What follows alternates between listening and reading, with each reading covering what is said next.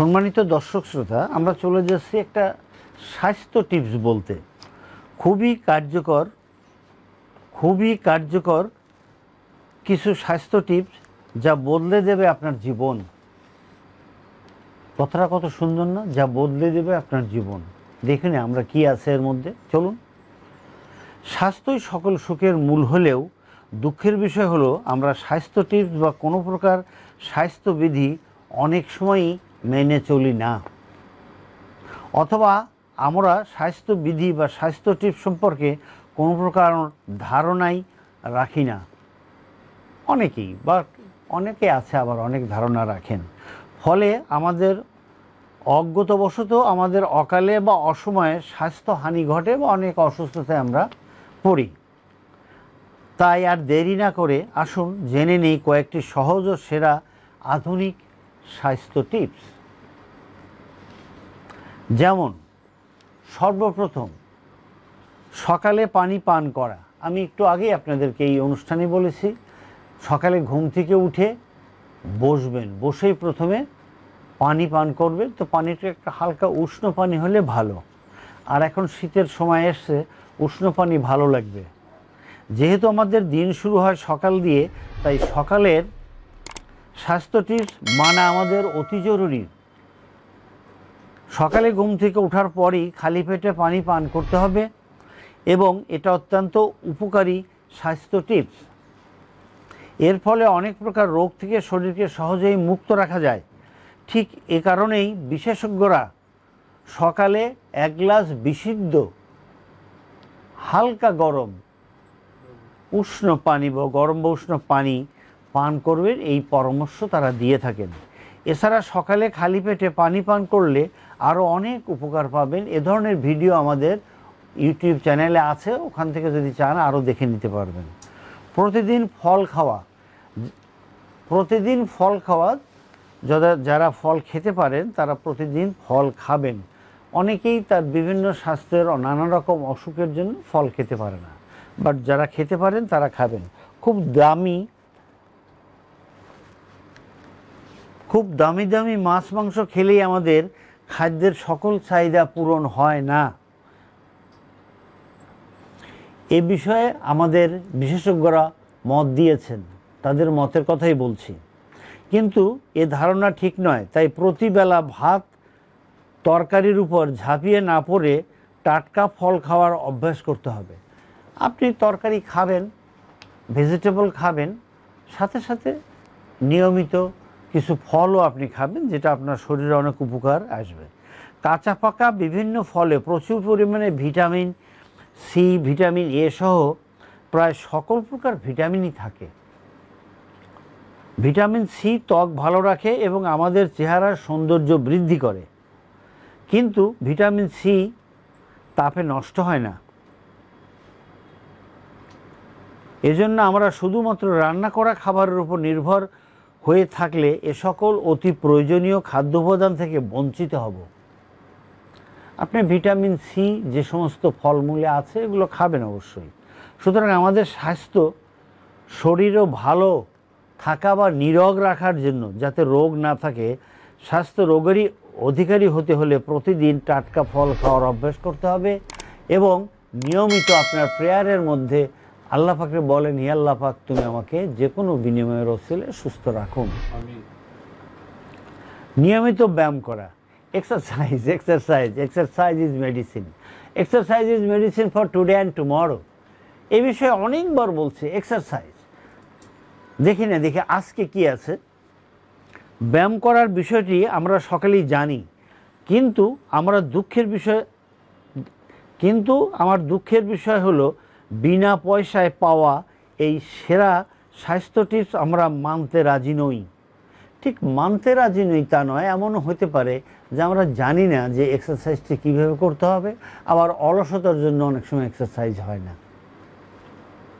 কারণ ব্যায়ামের উপকারিতা কি, কখন ব্যায়াম করা ভালো, সঠিকভাবে ব্যায়ামের নিয়ম আমরা অনেকেই হয়তো জানি না।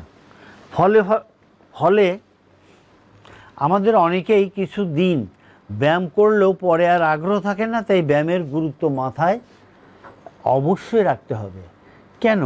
ব্যায়ামের জন্য আমরা এর আগে অনেকবার বলছি, ব্যায়াম করলে মন প্রফুল্ল থাকে, ব্যায়াম করলে সার্কুলেশন বাড়ে, সার্কুলেশন বাড়লে শরীর ভালো থাকে, ব্যায়াম করলে blood pressure, high blood pressure নিয়ন্ত্রণ করা যায়, ব্যায়াম করলে মাস্ট আমাদের কি হয়, ডায়াবেটিক লেভেল, যেখানে সুগার লেভেল অনেক বেশি থাকে, ব্যায়াম করলে হাঁটলে এই সুগার লেভেলটা অনেকটা কমে যায়।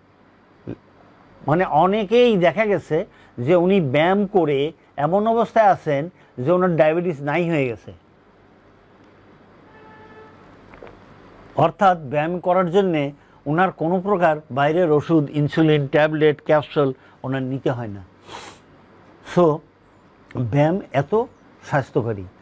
আপনার এক জায়গায় মাসেল টাইট হয়েছে, আপনার এখন বয়স হয়েছে, you are citizen, senior citizen of the country, তাহলে আপনি যদি হাত না উঠান, পা না চালান, আপনি যদি পেটের এক্সারসাইজ না করেন, এটা তো আরও স্টিপ হয়ে যাবে।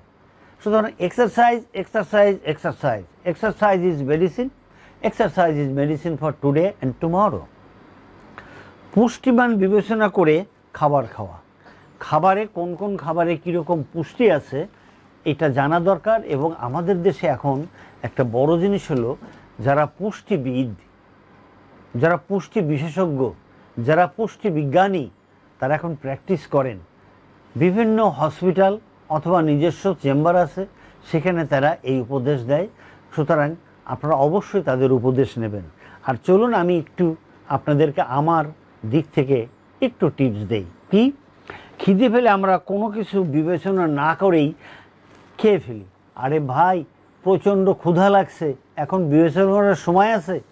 কিন্তু তারপরে একটু বিবেচনা করতে হবে যে আপনার খাদ্যের মান কেমন, এর মধ্যে পুষ্টি কেমন। তো খিদে পেলে আমরা কোনো কিছু বিবেচনা না করেই বা খাবারের পুষ্টিমান বিবেচনা না করে খাবার সাবার করে ফেলি। এই সাবার করার সময় একটু মাথার মধ্যে রাখতে হবে আমি কি খাচ্ছি এবং কি খাওয়া দরকার। আবার অনেকেই মনে করি পুষ্টিকর খাবার মানেই হলো দামি খাবার। ন, পুষ্টিকর খাবার মানেই দামি খাবার নয়, এ ধারণা মোটেই ঠিক না। আমাদের দেশে অনেক কম মূল্যে পুষ্টি সমৃদ্ধ স্বাস্থ্যকর খাবার পাওয়া যায়। এর মধ্যে উদ্ভিদ, মানে এর মধ্যে ভেজিটেবল জাতীয় খাবার, শাক সবজি অন্যতম। আপনি পালং শাক খান, পুঁই শাক খান, ডাঁটা শাক খান, এটা এত মানে আপনার কি বলবো যে পুষ্টি সমৃদ্ধ, এটা বলে শেষ করা যায় না। আপনি সজিনার পাতা খান, অসম্ভব পুষ্টি সমৃদ্ধ। তাছাড়া রাস্তার পাশে খোলা খাবার খেলে আমাদের অনেক সময় মনে রাখবেন, আমরা রাস্তার পাশে অনেক সময় খোলা খাবার ঢাকা নাই, পলিথিন দিয়ে ভালোভাবে ঢাকে নাই, আমরা খুব মুখরোচক আছে, আমরা অনেক সময় খেয়ে ফেলি। বাট এগুলো আমাদের স্বাস্থ্যনাশের আশঙ্কা আছে, এগুলো খেলে স্বাস্থ্য ক্ষতি হতেই পারে। তাই খাদ্য গুণাগুণ সম্পর্কে আমাদের সর্বদা সচেতন থাকতে হবে। অতিরিক্ত তেল চর্বিযুক্ত খাবার বর্জন করে চলতে হবে। আবারও বলছি, অবশ্যই পুষ্টি বিজ্ঞানী বা পুষ্টিবিদের পরামর্শ নেবেন, এটা মাথায় রাখবেন। পরিমিত প্রোটিন গ্রহণ করা, প্রোটিন আপনার শরীরে অনেক উপকার দেয়। তো চলুন দেখি কি আছে এর মধ্যে। ভালো খাদ্য পেতে সুনির্দিষ্ট মাত্রার প্রোটিন গ্রহণ করতে হবে, কারণ প্রোটিন আমাদের দেহ গঠন করে, ক্ষয়পূরণ করে, দেহের বৃদ্ধি করে। তিনটা খুব বড় বড় জিনিস, একটা হলো দেহ গঠন করে, ক্ষয়পূরণ করে, দেহ বৃদ্ধি করে। প্রোটিনের মধ্যে একটু উল্লেখ করি, মাছ, মাংস, ডিম হলো প্রাণিজ প্রোটিনের অন্যতম উৎস। এছাড়া যারা অপেক্ষাকৃত বেশি পরিশ্রম করেন তাদের শর্করা বা কার্বোহাইড্রেট জাতীয় খাবার বেশি বেশি গ্রহণ করতে হবে। শুধু প্রোটিন নয়, সাথে কার্বোহাইড্রেট, শর্করা খাবার আপনারা খাবেন। ওজন কম রাখার চেষ্টা করা, এটা একটা খুব ভালো কথা। ওজন ওজন ওজন ওজন ওজন একবার বৃদ্ধি হলে খুব শক্ত হাতে দমন না করতে পারলে ওজন কমে না। আর আমরা যারা অনেকেই যারা ওজন কমাতে চাই, তারা একদিন বা এক সপ্তাহের মধ্যে ওজন কমানোর চেষ্টা করি। আপনি 1 বছরের একটা প্ল্যান নেন যে আমি প্রতি মাসে 2 কেজি করে ওজন কমাবো, গ্র্যাজুয়ালি আস্তে আস্তে ওজন কমাবেন, খাবার খাবেন, এক্সারসাইজ করবেন, হাঁটবেন, এগুলো করে করে করে করে প্রতি মাসে কমপক্ষে 2 কেজি ওজন কমান। তাতে যদি 1 বছরে ওজন কমান 24 কেজি, আপনি যে অবস্থায় থাকেন না কেন 24 কেজি ওজন কমালে আপনি দেখবেন অনেক হালকা হয়ে যাবেন। চলুন এখানে কি লেখা আছে, আমার সহকারীরা কি লিখে দিয়েছেন। সুস্থ শরীর পেতে ওজন কমানোর কোনো বিকল্প নেই। বর্তমানে আধুনিক সময়ে ওজন কমানো খুব কঠিন কাজ নয়। ইয়েস, খুব কঠিন কাজ নয়। তাই ওজন কমানো হতে পারে আপনার জন্য সেরা স্বাস্থ্য টিপস। আমি যেভাবে বললাম এভাবে আপনি ওজন কমাবেন। এখানেও আপনি একজন পুষ্টিবিজ্ঞানী যারা প্র্যাকটিস করেন তাদের মতামত নেবেন, তাদেরকে দিয়ে একটি চার্ট তৈরি করবেন, প্রেসক্রিপশান তৈরি করবেন, এতে আপনার অনেক উপকার আসবে। চলুন না আমরা এই টিপসগুলো মেনে চলি। হে আল্লাহ পাক, আপনি আমাদের সবাইকে সুস্থ রাখুন। আমিন।